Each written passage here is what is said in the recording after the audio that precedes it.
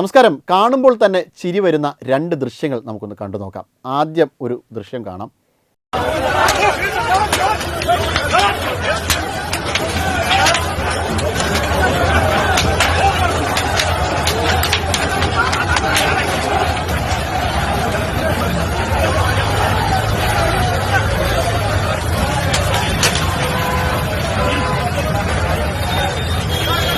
ഇത് ജന്തർ മന്ദറിലേക്ക് പ്രക്ഷോഭം നടത്തുവാൻ പോയിട്ട് അവിടെ പോകാൻ വേണ്ടിയിട്ടൊരു ശ്രമം നടത്തിയപ്പോൾ പോലീസ് എടുത്ത് കൈകാര്യം ചെയ്യുന്നതാണ്.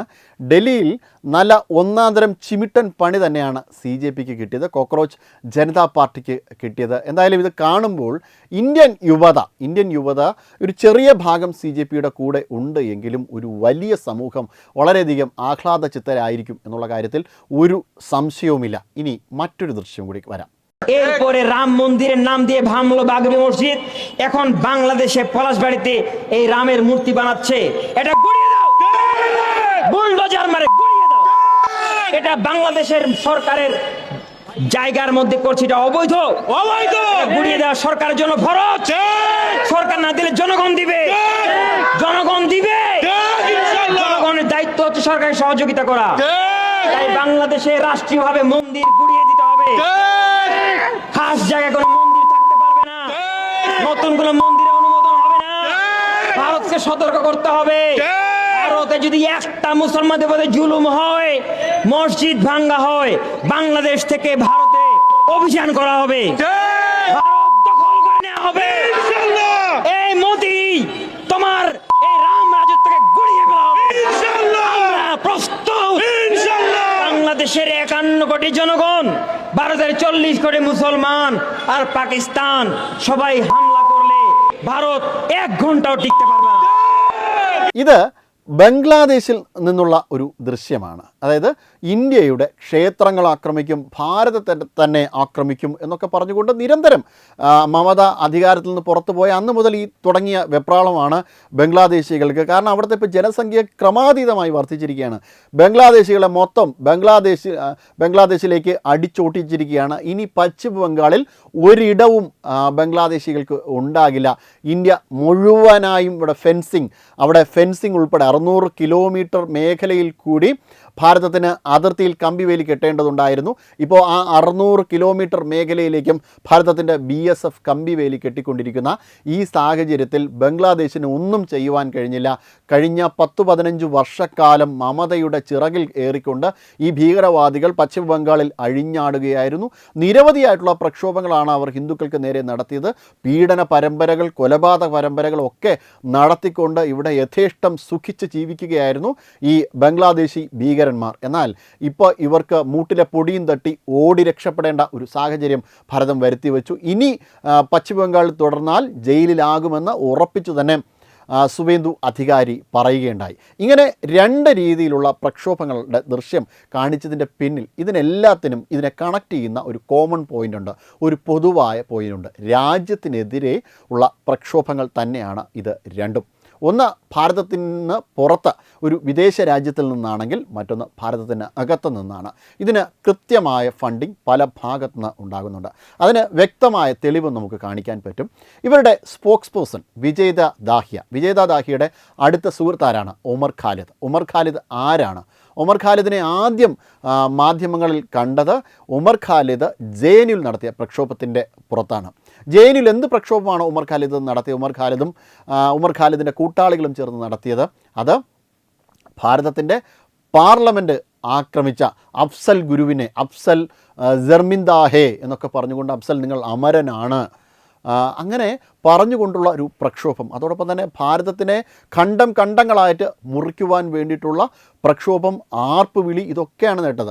ഇതിന് മുന്നേ ഇത്തരത്തിലുള്ളൊരു പ്രക്ഷോഭം, ആർപ്പ് വിളിയും കേട്ടത് കൽക്കത്ത തെസീസിൻ്റെ സമയത്ത്, അതിന് മുന്നേ ഉണ്ടായിരുന്ന അധികാരി തെസീസിൻ്റെ സമയത്ത്. ഇത് രണ്ടും ചെയ്തത് ഇടതുപക്ഷമായിരുന്നു. അന്ന് ഇടതുപക്ഷം 1946-ലും അതിനുശേഷം 1948-ലും ഇത് ഈ അടുത്ത സമയത്തും നമ്മുടെ നിയമസഭയിൽ ചർച്ച ചെയ്യപ്പെട്ടിരുന്നു. അപ്പോൾ ഈ രീതിയിലാണ് ഇവരുടെ ദേശീയ സമീപനം കോൺഗ്രസിനും ഇപ്പോൾ ഏറെക്കുറെ ആ തരത്തിൽ തന്നെ കാര്യങ്ങൾ മാറിയിട്ടുണ്ട്. ഈ ഷർജിൽ ഇമാമിൻ്റെയും മറ്റ് അതോടൊപ്പം തന്നെ ഉമർ ഖാലിദിനെയും പിന്തുണയ്ക്കുന്നവരുടെ പിന്നിലും ഈ കോൺഗ്രസിൻ്റെ പ്രധാനപ്പെട്ട നേതാക്കന്മാർ തന്നെയാണ്. അപ്പോൾ ആ രീതിയിൽ ഈ കാര്യങ്ങളെയൊക്കെ മാറ്റിമറിച്ചുകൊണ്ട് ഇവർ രാജ്യത്തിനെതിരെ പോരാടിക്കൊണ്ടും രാജ്യത്തിൻ്റെ ഭരണം നേടിയെടുക്കുവാനുള്ളൊരു ഭയങ്കരമായ ശ്രമത്തിലാണ്. ഇപ്പോൾ കാർഷിക ബില്ലിൻ്റെ കാര്യത്തിൽ തുടങ്ങിയതാണ്. അതുമായി ബന്ധപ്പെട്ട ടൂൾ കിറ്റുകൾ വിദേശ ഫണ്ടിങ്ങിൻ്റെ ഭാഗമായിട്ടുണ്ട് എന്ന് അന്ന് തന്നെ പല മേഖലകളിൽ നിന്നും റിപ്പോർട്ട് ചെയ്യപ്പെട്ടതാണ്. അതോടൊപ്പം തന്നെ ഈ അടുത്ത സമയത്തുള്ള വ്യാവസായിക വിപ്ലവം പല മേഖലയിലേക്കും, ഇപ്പോൾ നോയിഡയിലായാലും മറ്റ്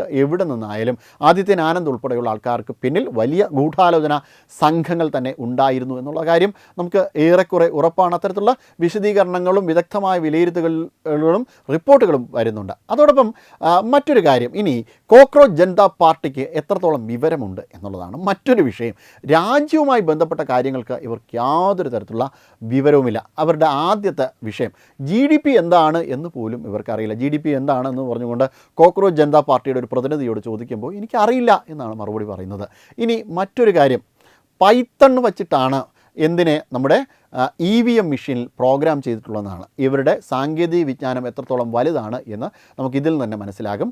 പൈത്തൺ വച്ചിട്ടല്ല EVM മെഷീനുകൾ ചിട്ടപ്പെടുത്തിയിട്ടുള്ളത്, അത് മൈക്രോ കൺട്രോളറും ഫേംവെയർ സോഫ്റ്റ്വെയറും വച്ചിട്ടാണ്. അപ്പോൾ ഈ രീതിയിൽ കുറ്റമറ്റ രീതിയിൽ ഭാരതം ലോകത്തിൻ്റെ ഏറ്റവും വലിയ തിരഞ്ഞെടുപ്പാണ് നടത്തുന്നത്. ആ ലോകത്തിലെ ഏറ്റവും വലിയ തിരഞ്ഞെടുപ്പ് നടത്തിയിട്ട് ഈ തരത്തിലാണ് ഭാരതത്തിനെതിരെ ഗൂഢാലോചന പൊട്ടിക്കുന്നതും ഈ രീതിയിൽ കോൺസ്പിറസി മെനഞ്ഞെടുക്കുകയും ഭാരതത്തെ തകിടം മറിക്കുക, എങ്ങനെയും തകിടം മറിച്ചുകൊണ്ട്. ആലോചിച്ച് നോക്കൂ, 150 കോടി ജനതയുള്ള ആ ഭാരതത്തിൻ്റെ പ്രായപൂർത്തിയായ ആൾക്കാർ വോട്ട് ചെയ്യുന്ന തിരഞ്ഞെടുപ്പാണ്. അത് ലോകത്തിലെ ഏതു ജനസംഖ്യയേക്കാൾ വളരെ വലുതാണ്. അത്തരത്തിൽ ഒരു വോട്ടിംഗ് സംവിധാനം നിലനിൽക്കുന്ന രാജ്യത്തിൽ എങ്ങനെയാണ് നമുക്ക് ബാലറ്റിലൂടെ ആൾക്കാരെ തിരഞ്ഞെടുക്കുവാൻ സാധിക്കുക? അത് വളരെ പ്രയാസമേറിയ സംഭവം തന്നെയാണ്. അപ്പോൾ അത്തരത്തിൽ ഭീമമായ ചിലവും അതിനുവേണ്ടിയാകും. അതിനുവേണ്ടിയിട്ടുള്ള സുരക്ഷയും മറ്റു കാര്യങ്ങളുമൊക്കെ നടത്തേണ്ടി വരും. അങ്ങനെ സംഭവിച്ചാൽ തീർച്ചയായും ഭാരതത്തിൻ്റെ സമ്പദ് വ്യവസ്ഥയ്ക്ക് അത് വലിയ ആഘാതം തന്നെ സൃഷ്ടിക്കും. ഭാരതം ഇപ്പോൾ ഈ ഡിജിറ്റൽ എക്കോണമിയിലൂടെയും മറ്റ് കാര്യങ്ങളിലൂടെയും വളർച്ചയുടെ പാതയിലാണ്. അത് തകിടം മറിക്കുവാൻ വേണ്ടി തന്നെയാണ് ഈ CJPയും കോൺഗ്രസും ഒക്കെ ശ്രമം നടത്തുന്നത്. അതിനുവേണ്ടി പലപ്പോഴും ഈ ജൻസി കലാപം എന്ന രാഹുൽ ഗാന്ധിയുടെയും അതോടൊപ്പം തന്നെ ആപ്പിൻ്റെ നേതാവായിട്ടുള്ള ആം ആദ്മി പാർട്ടിയുടെ നേതാവായിട്ടുള്ള അരവിന്ദ് കെജ്രിവാളിൻ്റെ നാവിൽ നിന്ന് പലതവണ കേട്ടിട്ടുണ്ട്. അരവിന്ദ് കെജ്രിവാളിൻ്റെ അടുത്ത ശിഷ്യനായ CJPയുടെ നേതാവായുള്ള അഭിജിത്ത് ദീപ്കെയാണ് ഇത്തരത്തിലുള്ള കാര്യങ്ങളൊക്കെ പറഞ്ഞ് ഈ ആം ആദ്മി പാർട്ടിയുമായി വളരെയധികം അടുത്ത ബന്ധമുള്ള അടുത്ത നേതാവായിട്ടുള്ള ഇയാൾ ചില ഗൂഢാലോചനകളൊക്കെ മെനയുന്നത്. അതിൻ്റെ പിന്നിൽ രാഹുൽ ഗാന്ധിയുടെയും മറ്റാൾക്കാരുടെയും ഒക്കെ കരങ്ങൾ ഇപ്പോൾ ഉണ്ട് എന്നുള്ളത് ഏറെക്കുറെ വ്യക്തമായിരുന്നു. അതുമാത്രമല്ല, ഇതിൻ്റെ ഫണ്ടിങ്ങിൻ്റെ കാര്യത്തിൽ പോലും പലപ്പോഴും പല സംശയങ്ങളുമുണ്ട്. അത് ജോർജ് സോറോസ് ഒക്കെ ഇതിൻ്റെ പിന്നിലുണ്ടോ എന്നതിനെക്കുറിച്ചും പല സംശയങ്ങൾ ഉയരുന്നുണ്ട്. അതോടൊപ്പം തന്നെ ഭാരതത്തിൻ്റെ ഇപ്പോൾ നമ്മുടെ ആൻഡമാൻ നിക്കോബറിൽ നടത്തുന്ന ആ പ്രോജക്റ്റ് സക്സസ്ഫുൾ ആയിക്കഴിഞ്ഞ് കഴിഞ്ഞാൽ തീർച്ചയായും ഭാരതത്തിന് അത് വലിയ മുതൽക്കൂട്ടാകും. എന്തിനായിരിക്കും ഭാരതത്തിൻ്റെ ആ പ്രോജക്റ്റിനെ അട്ടിമറിക്കുവാൻ ശ്രമിക്കുന്നത്? ഇതിൻ്റെ പിന്നിലും സ്ഥാപിത താല്പര്യങ്ങളൊക്കെ തന്നെയാണ്. തീർച്ചയായിട്ടും ഇതൊക്കെ തന്നെ തുറന്ന് എതിർക്കപ്പെടേണ്ടതാണ്, തുറന്ന് ചോദ്യം ചെയ്യപ്പെടേണ്ടതാണ്. എന്തായാലും ഈ രീതിയിലുള്ള പ്രക്ഷോഭവുമായിട്ട് വന്നു കഴിഞ്ഞാൽ തലകുനിച്ച് തരുവാൻ വേണ്ടിയിട്ട് ഭാരതം ഭരിക്കുന്നത് എന്തായാലും വളരെ മോശം ഒരു ഭരണാധികാരിയല്ല, ഒരു ഭരണകൂടമല്ല, വളരെ ശക്തമായിട്ടുള്ള കരുത്തുറ്റ നട്ടലുറപ്പുള്ള ഭരണാധികാരികൾ തന്നെയാണ് ഭാരതം ഇപ്പോൾ ഭരിക്കുന്നത്. അതുകൊണ്ട് ഒരു കോക്രോച്ച് ജനതാ പാർട്ടിയുടെ പിന്നിലും ഒരു ഗൂഢാലോചനയുടെ പിന്നിലും തല കുനിച്ചു കൊടുക്കാൻ ഭാരതത്തിന് ആകില്ല. വെബ് ഡെസ്ക് തത്വമൈ ന്യൂസ്. HIV അണുബാധ സന്തോഷപൂർണമായ ഒരു ജീവിതത്തിന് തടസ്സമല്ല. HIV അണുബാധയ്ക്ക് ഫലപ്രദമായ ചികിത്സ ഇന്ന് ലഭ്യമാണ്. ഇതിന് യഥാസമയം അണുബാധ കണ്ടെത്തുന്നതും കാലേക്കൂട്ടി ചികിത്സ നടത്തേണ്ടതും അത്യാവശ്യമാണ്. സൗജന്യമായ ചികിത്സയും മാർഗനിർദ്ദേശങ്ങളും സർക്കാർ ആശുപത്രികളിലെ ART അഥവാ ഉഷസ് കേന്ദ്രങ്ങളിൽ ലഭ്യമാണ്. ആരോഗ്യ സംരക്ഷണം ഓരോരുത്തരുടെയും ഉത്തരവാദിത്തമാണ്.